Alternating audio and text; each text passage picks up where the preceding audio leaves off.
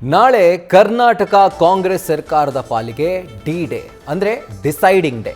ಯಾಕಂದರೆ ನಾಳೆ ರಾಷ್ಟ್ರ ರಾಜಧಾನಿಯಲ್ಲಿ ಕುರ್ಚಿ ಕಾಳಗದ ಕ್ಲೈಮ್ಯಾಕ್ಸ್ ಇದಕ್ಕೆ ತೆರೆ ಬೀಳುವಂತಹ ಸಾಧ್ಯತೆ ಇದೆ.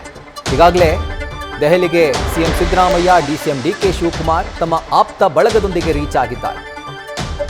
ಉಭಯ ನಾಯಕರು ತಮ್ಮ ಕ್ಯಾಂಪ್ನೊಂದಿಗೆ ಈಗಾಗಲೇ ದೆಹಲಿಗೆ ಆಗಮಿಸಿದ್ದಾರೆ. ನಾಳೆ ಬೆಳಗ್ಗೆ 11 ಗಂಟೆಗೆ ಕಾಂಗ್ರೆಸ್ ಅಧಿನಾಯಕಿ ಸೋನಿಯಾ ಗಾಂಧಿಯವರ ನಿವಾಸದಲ್ಲಿ ಸಭೆ ನಿಗದಿಯಾಗಿದೆ. ಈ ಸಭೆಯಲ್ಲಿ ಕಾಂಗ್ರೆಸ್ನ ಪ್ರಮುಖವಾದಂಥ ಮೂವರು, ಎಐಸಿಸಿ ಅಧ್ಯಕ್ಷ ಮಲ್ಲಿಕಾರ್ಜುನ ಖರ್ಗೆ, ಕೆಸಿ ವೇಣುಗೋಪಾಲ್ ಹಾಗೂ ರಾಹುಲ್ ಗಾಂಧಿ, ಈ ಮೂವರ ನೇತೃತ್ವದಲ್ಲಿ ನಾಳೆ ಒಂದು ಮಹತ್ವದ ಸಭೆ ನಡೀತಾ ಇದೆ. ಈ ಸಭೆಯಲ್ಲಿ ಸಿಎಂ, ಡಿಸಿಎಂ ಇಬ್ಬರು ಕೂಡ ಭಾಗಿಯಾಗ್ತಾ ಇದ್ದಾರೆ.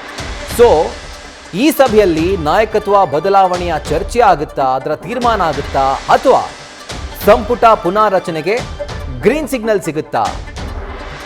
ಈ ದೊಡ್ಡ ಕುತೂಹಲ ಇನ್ನೂ ಕೂಡ ಹಾಗೆ ಉಳ್ಕೊಂಡಿದೆ.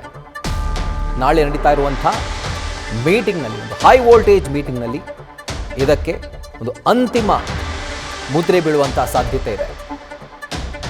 ನಾಯಕತ್ವ ಬದಲಾವಣೆ ಆಗುತ್ತಾ ಇಲ್ವಾ, ಅಥವಾ ಸಂಪುಟ ಪುನಾರಚನೆ ಆಗುತ್ತಾ ಇಲ್ವಾ?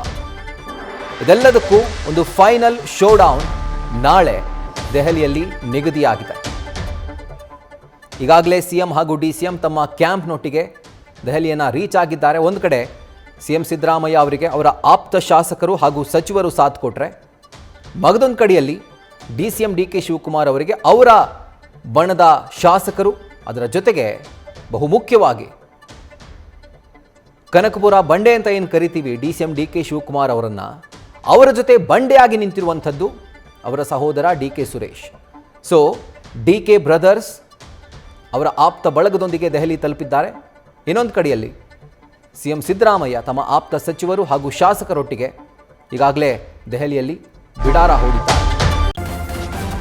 ನ್ಯೂಸ್ ಫಸ್ಟ್ ನಿರ್ಭೀತಿಯಿಂದ ನಿಮ್ಮ ಪರವಾಗಿ.